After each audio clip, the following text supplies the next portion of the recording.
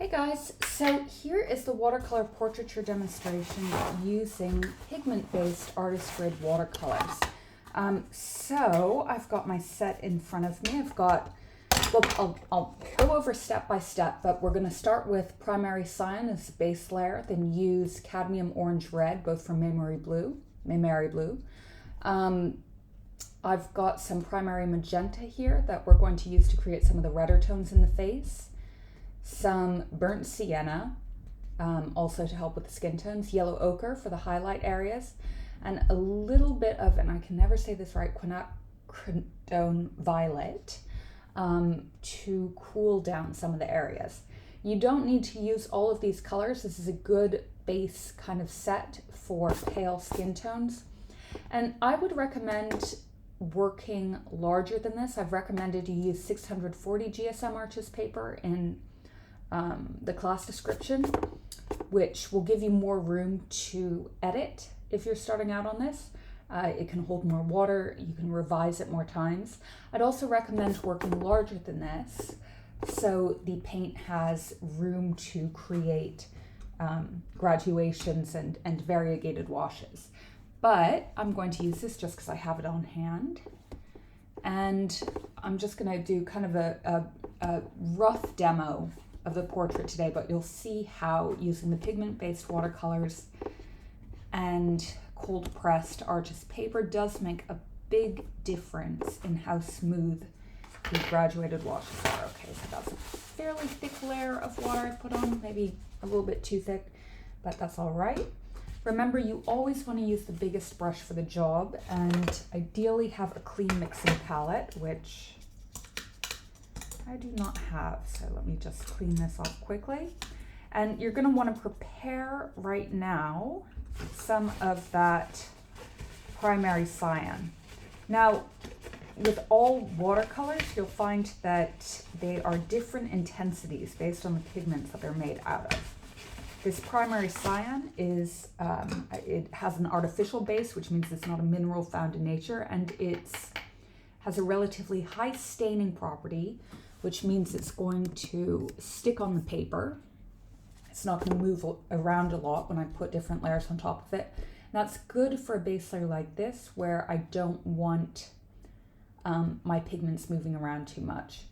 You can consider using ultramarine for the base layer here, but I've found that ultramarine as part of a base layer can be difficult because it's really, the pigment moves around quite a lot. It's made out of really big pigments, and when you put layers over it, they tend to get washed away. So I like this combination of using first this primary cyan and then the cadmium orange red. And as I'll go over in class, having two-tone browns like this are really useful just because it allows you, without having to mix together red, yellow, and blue, adjust the warmth and coolness of your skin tones as you go along. So to make it more warm, we'll add a little more orange, and then to make it more cool, we'll be adding more blue. So I'm shading the inside of the eyes with the exception of the lower eyelid. We'll see if I can get that here. And you'll see this is a very light layer that I'm putting down at first. It's not particularly strong. And that's one of those things that does take practice, which is why I found that anilinky watercolors useful to practice with, just because this stuff is very expensive, pigment-based watercolors, and it's a little bit impractical to just practice using these. So not that you shouldn't. You should be making, quite a few paintings using pigment-based watercolors if you want to work in those, but the costs do start to add up, so it's nice to have an alternative.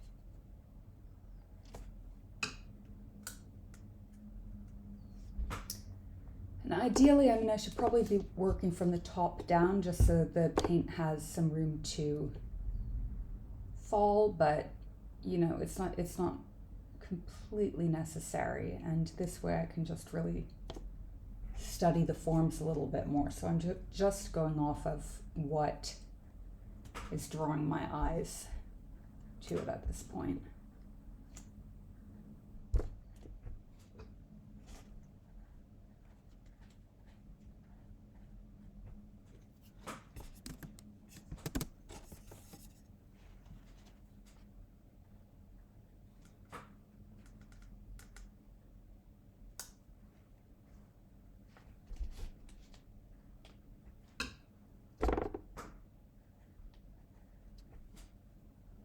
I'm going to switch to a larger brush, so you know, where possible, use the largest brush for the job, and that's just going to help keep your paper smooth and not get into that kind of you know, cottony texture that it gets when you start to add too much water to it.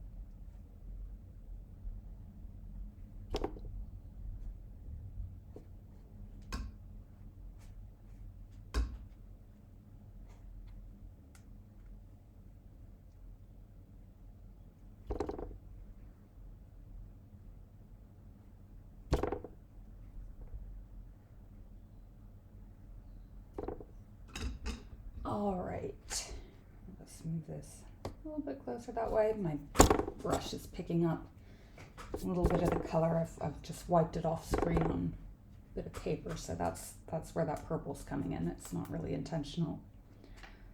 Okay, let's get a little bit more shape on this chin. Ooh, that's not working. Okay, I'll leave that for now, and I will come back to that later. So let me get this.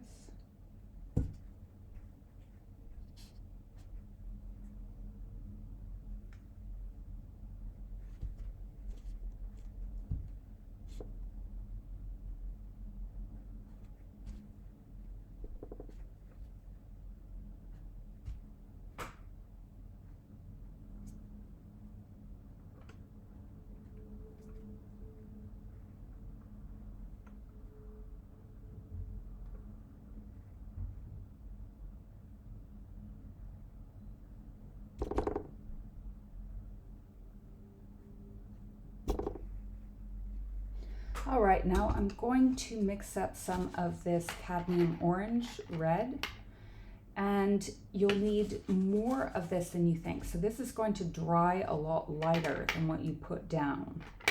So bear that in mind. This is going to dry lighter as well, but the orange is even lighter. So I'm going to put down what seems like a ton of this paint at first. Okay, that might be even a bit too much, but I just know this is going to dry a lot lighter than what I'm putting down.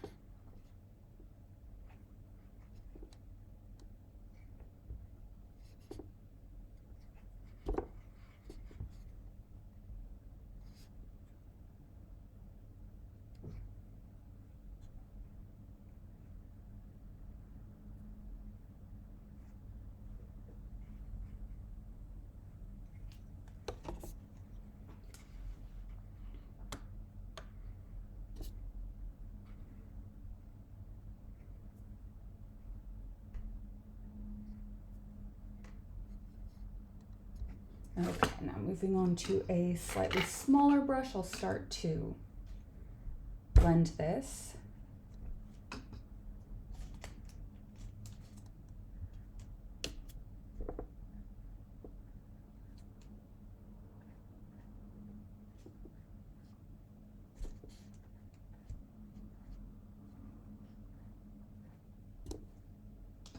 And this is where the skin tones, I mean, it really starts to look quite lovely, and I like the effect of it kind of blurring around.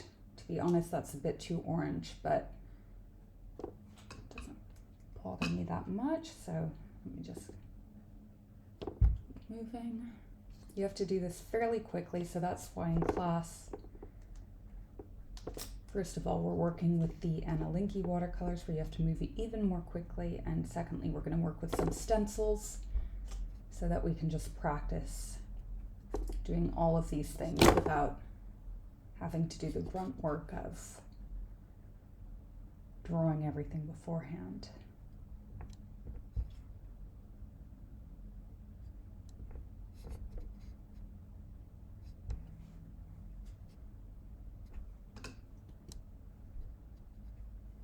And it really is amazing with art supplies just how cost seems to, you know, relate to the ease in which you use something. So it's always sort of kind of a difficult thing when you're starting to learn watercolors, or even if you've been doing it for a while, and that you don't want to use your expensive supplies when you're practicing. But at the same time, you need to practice with them, because for every paint you have with watercolors, it's going to dry to a different color. So you need to get used to that. You need to get used to the granulation, how the pigments are working. You do need to practice. But, you know, these artist grade supplies are just so much easier to use than student grade supplies. And an unfortunate thing happens when people start painting watercolors where they think they just can't do it because they're not using the right supplies. And then it's sort of like a self-fulfilling cycle where, you know, they won't buy the nicer supplies which are easier to use because they don't want to spend money if they don't think they're good at something. And at the same time, they simply can't achieve what they're trying to achieve with the supplies they have. Anyway, okay, let me move into jawline. Another thing about watercolors is that you need to get used to like each paper you use, how much water you need to put down on the paper, and drying times. And this is something that you can't, I mean, you can estimate, but you can't completely quantify, because this is going to be influenced by your environment as well. So if you have the heater on, if it's a humid day, you know, if you have really dry air in your house, all of these things are going to influence how the watercolors dry. So it's best, I find, just not to think about perfection with watercolors, but rather just kind of imagine you're a scientist doing experiments and just observing what happens while you're painting, and kind of keeping that in your mind for future paintings. So you're just sort of recording observations. You're not trying to get consistency on every single one of your painting, because you're learning from the process, if that makes sense.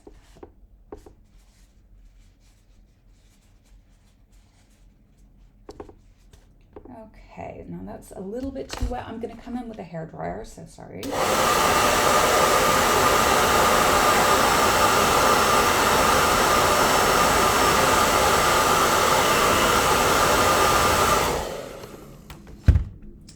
Now I'm going to start adding some darker values with a finer brush.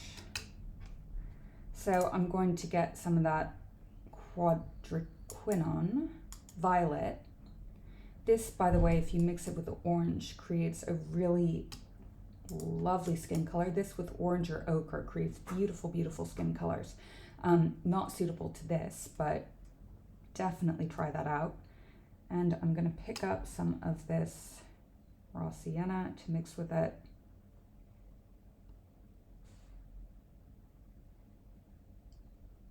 And that's a little bit too warm for the area I'm going to do, so I'm also going to add some of the primary cyan back in there.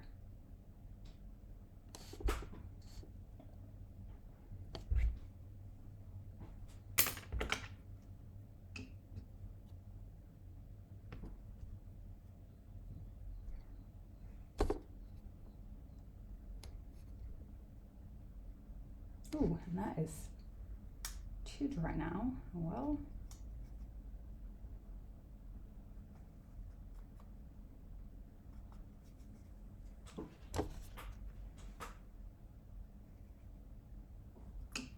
here, I'll try and keep this visible so you can sort of see what I'm mixing.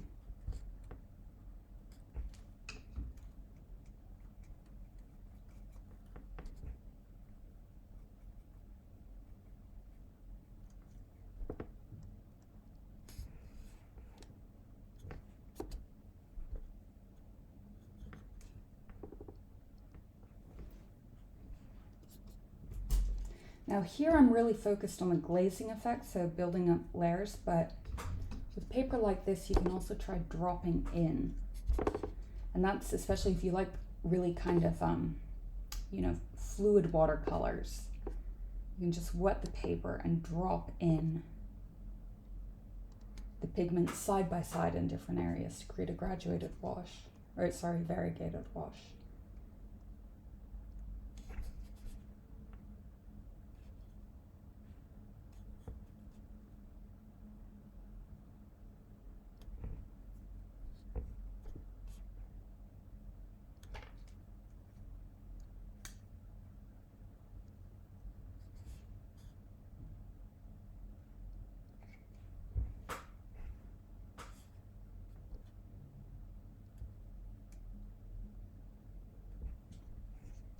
The sides of the nose and areas where there are actual wrinkles on the face are always difficult to do just because it's very hard getting the size correct, especially when your paint is bleeding into the surrounding area. So that's one of those things where you have to really consider the size you're working on and what details you're actually going to include. One mistake I often make is trying to do this little angle, no matter how small my painting, which is inevitably not a good idea because as time goes on and the paint dries, that line gets wider and wider. So even if you underestimate it, it tends to just expand. So best to think about what's going on in the periphery.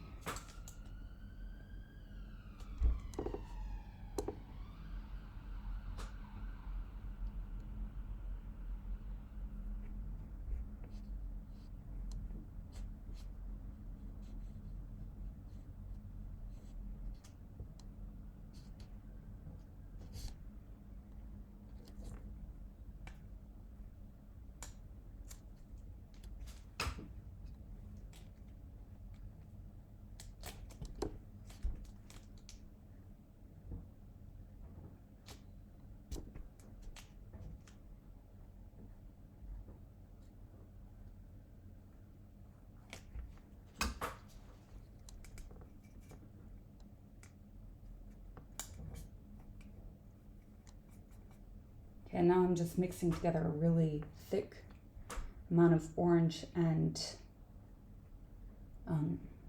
primary cyan to make this brown for the hair.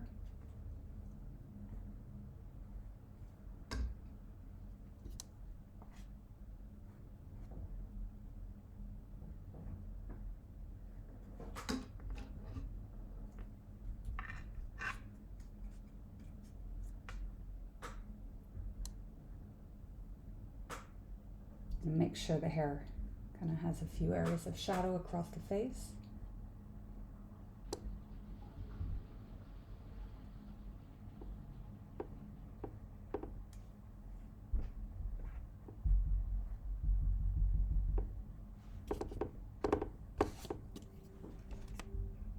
It's going up too high, but I can crop that off later. And I'm going to now move in with a little bit of yellow ochre. Should probably clean one of these wells. It's important not to get any green in that yellow ochre. Sorry, any blue, which obviously will make green. And I'm going to, so you've got like these muscles in the forehead across here. They're just very faintly going to catch the light.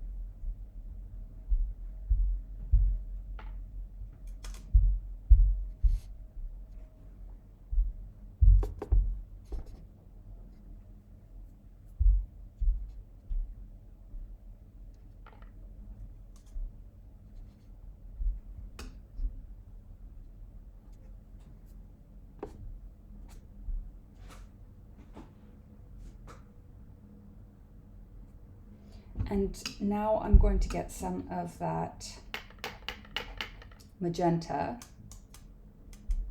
It's a little bit light, so I'm going to mix a little bit of the violet in there. And just going to try and get some around her cheek. I'm trying to move my brush with the volume of the cheekbone and quickly enough so that that just sort of, you know, blends into that area.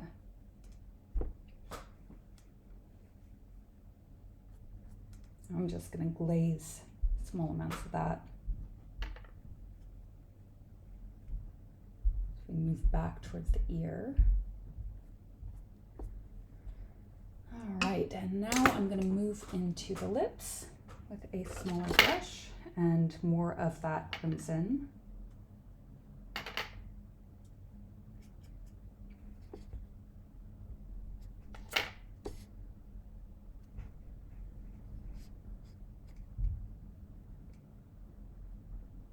Adding in a little bit of orange on the side.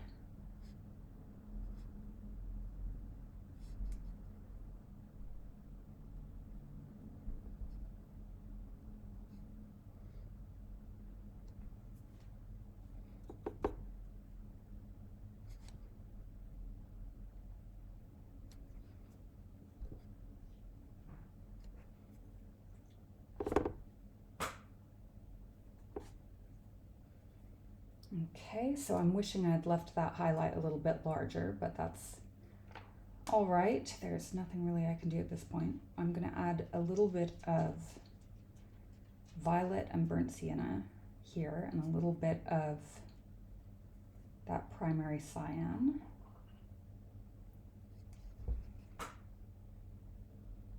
Get this little bit of shading in the side of the lips. And sorry, that's my dog. A little bit of nose.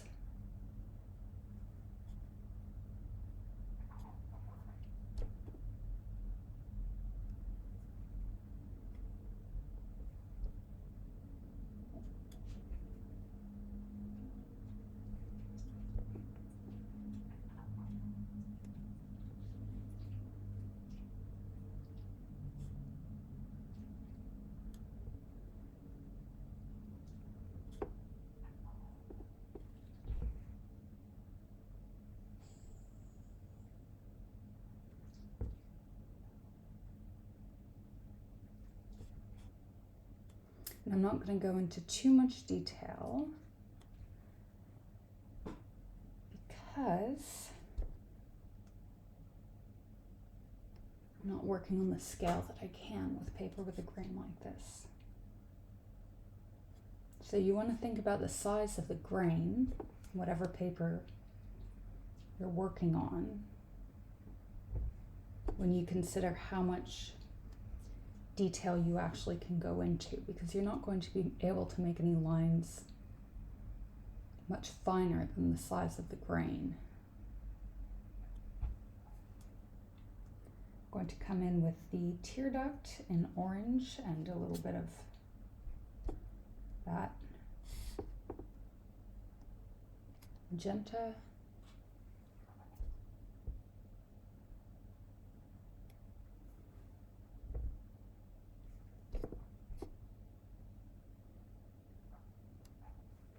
I could probably have made the whites of the eyes darker, so I'm not going to do that here just because it'll mess up all of the paint around it, but I probably could have done that. Let's move in here.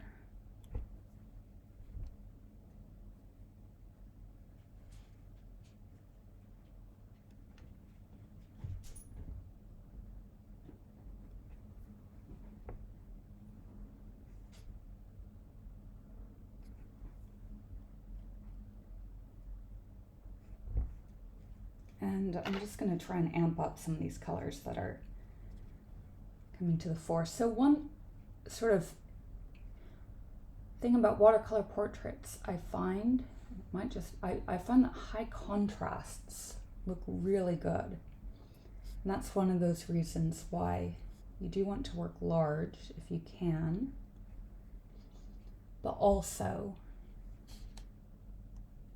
where, you know, for practice or works that you're willing to put behind UV resistant glass, if you want to keep them, I do prefer inks because I can get that really wide range of value. They're a little bit more tricky to manipulate when they're on the page, but I find that value range just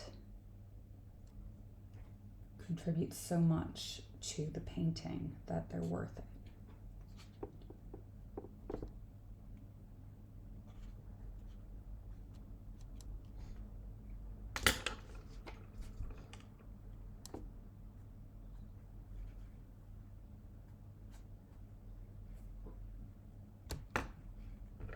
Okay, I am going to try to go into the eyes, so I might regret this, but I am going to try to make them a little bit darker.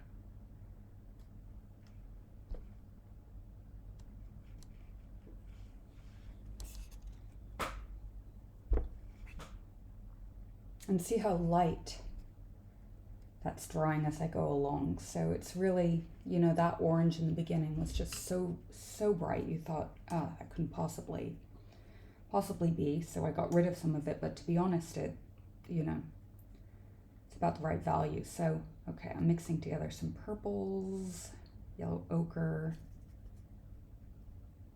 violet.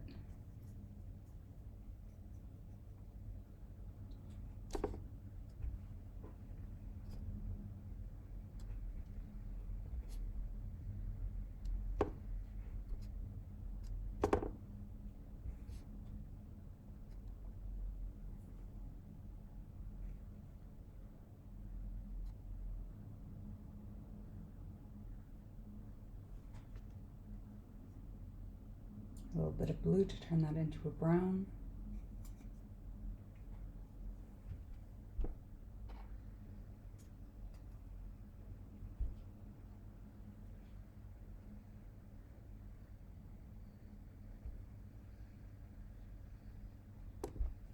I'm not going to do the entire hairline just to save paint.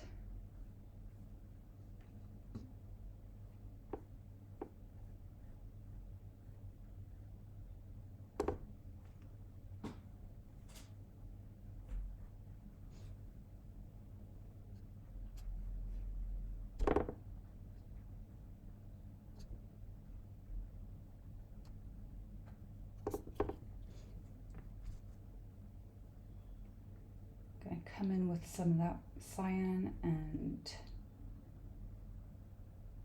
purple and a little bit of orange to try and make a really dark value for the eye.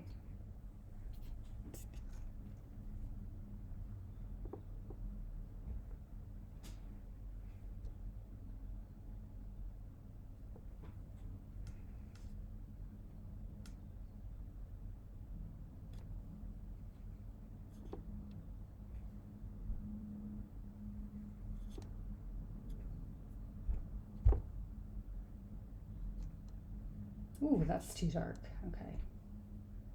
Let's move that here.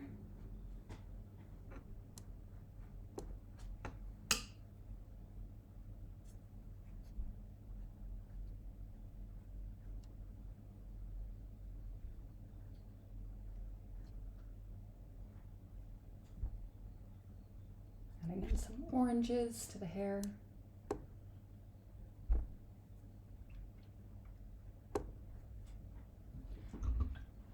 And let's get some of that darker brown to do, just kind of go over the eyebrows with. So cyan and blue.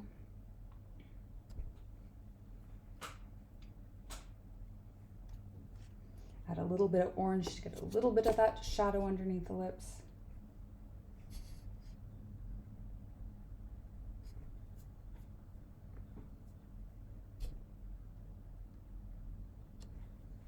Some in the ear.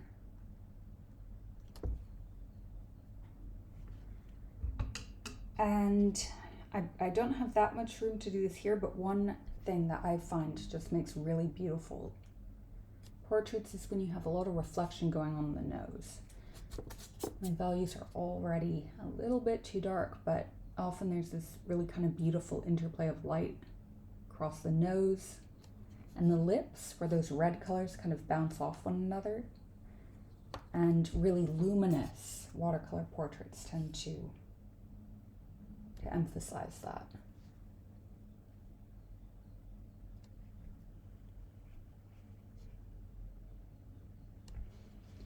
And okay, there's more that could be done, but I'm going to leave this here and just move into the background at this point, because I don't want to over detail it.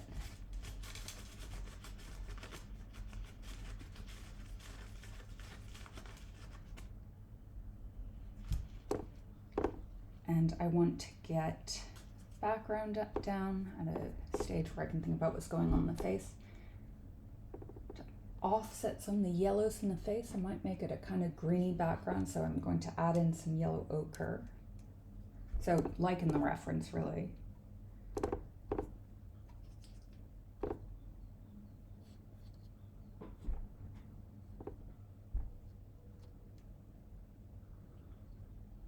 So rule of thumb, the background should be the color of the whites of the eyes, more or less. So like a less grayed version. The color of the whites of the eyes, because usually that's what the whites of the eyes are reflecting.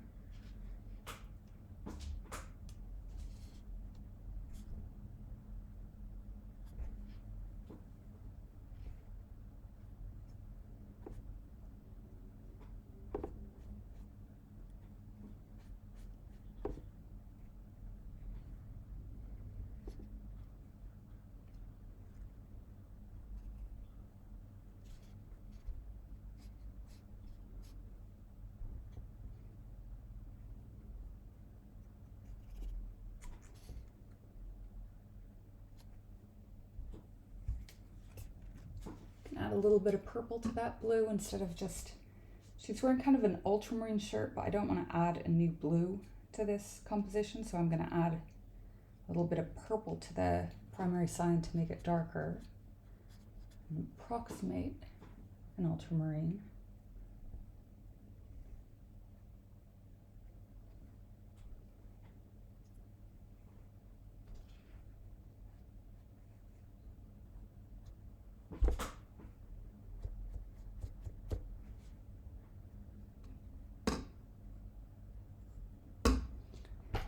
And I know I should leave it at this point, but I really want to get some shadows made underneath her eye and by her eyelashes.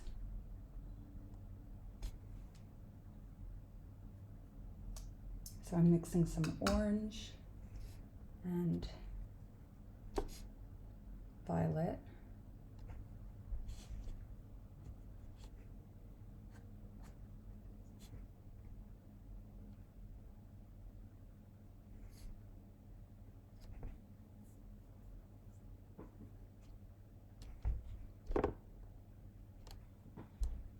And then I'm going to make the hairline a bit darker, and then I will stop. I know that I could probably keep continuing with this, but I also know from previous experience that overworking on this scale is a very bad idea, because in about 5 minutes all these lines are going to migrate out. I can do one more thing. I'm going to do a shadow on the bottom of the lips, then I am done with this.